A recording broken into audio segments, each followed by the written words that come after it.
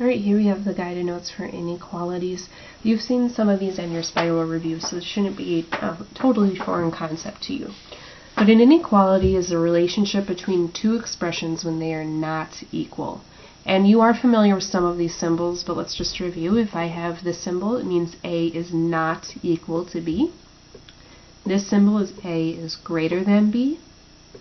A is less than B. And now we still look at here, so it's going to be greater than, but if we have a line under it, that means it's also going to be equal to, or equal to. So this is A is greater than or equal to B, and this one is A is less than or greater than B. Less than or equal to B, I'm sorry. Less than or equal to B. And you may have learned it as whichever way this sign goes, it's like the alligators eating the bigger number. I always think that it's pointing on a number line. So this one, it's pointing to the right, and numbers on the right get bigger. This one is pointing to the left, and on the number line, the numbers get smaller. So that's how I remember it. If you learn it the alligator way, that's fine. Whatever works for you.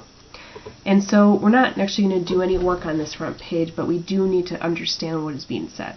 So inequalities can be represented using a number line, and you can draw a line on or above the number line to show the inequality.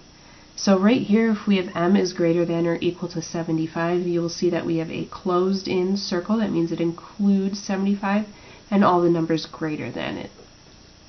If we have x is less than 3, you'll see the difference here now because it does not include 3. This is just x is less than 3, but not 3. We have an open circle. So that's really the big difference. So what I'm going to do is go back up here, and I'm going to draw an open circle for all of my less than or greater than, and then a filled in circle if it's greater than or equal to or less than or equal to. Alright, and then down here, if we look at this number line, it represents a real world situation. Let's say you want to spend less than $10 on lunch, so I want to spend less than $10. That doesn't mean I want to spend $10, it means I want to spend less than $10. What do you notice about this number line that is different than the others? You should see that this has an arrow, meaning it will continue on and on and on until infinity or negative infinity.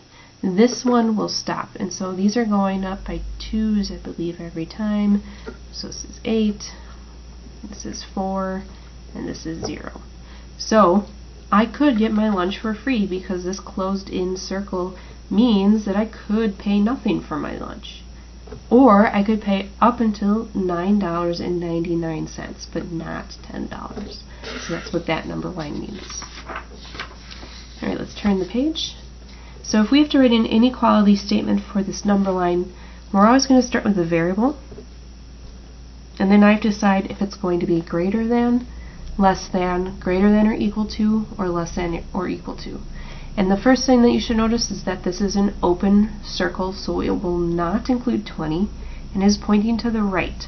So basically, whichever way that this line points to is the way your inequality symbol should point. So you can see that this is pointing this way. I am going to write it going the same direction. And again, that is how I memorize my inequality symbols. It's because it's pointing the direction on the number line. And then we just use the integer that it is graphed on. So x is greater than 20. Right, now we have graph x is greater than or equal to 12. So you have to come up with your own number line here. Let's say I want to make this 12, and I'll just go up by 1s.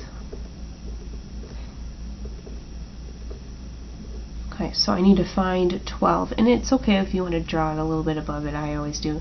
The first thing you need to decide is if this should be filled in or open.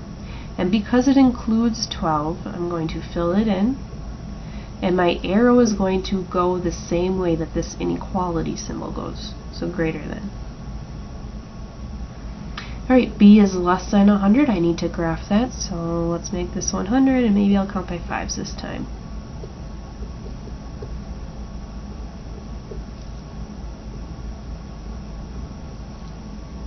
Okay, the first thing you do is graph around 100. Decide if it should be open or closed circle. because it does not include 100, I will not fill it in, and my line is going to go the same direction that my inequality symbol is going. So if it's pointing this way, it's going to go this way.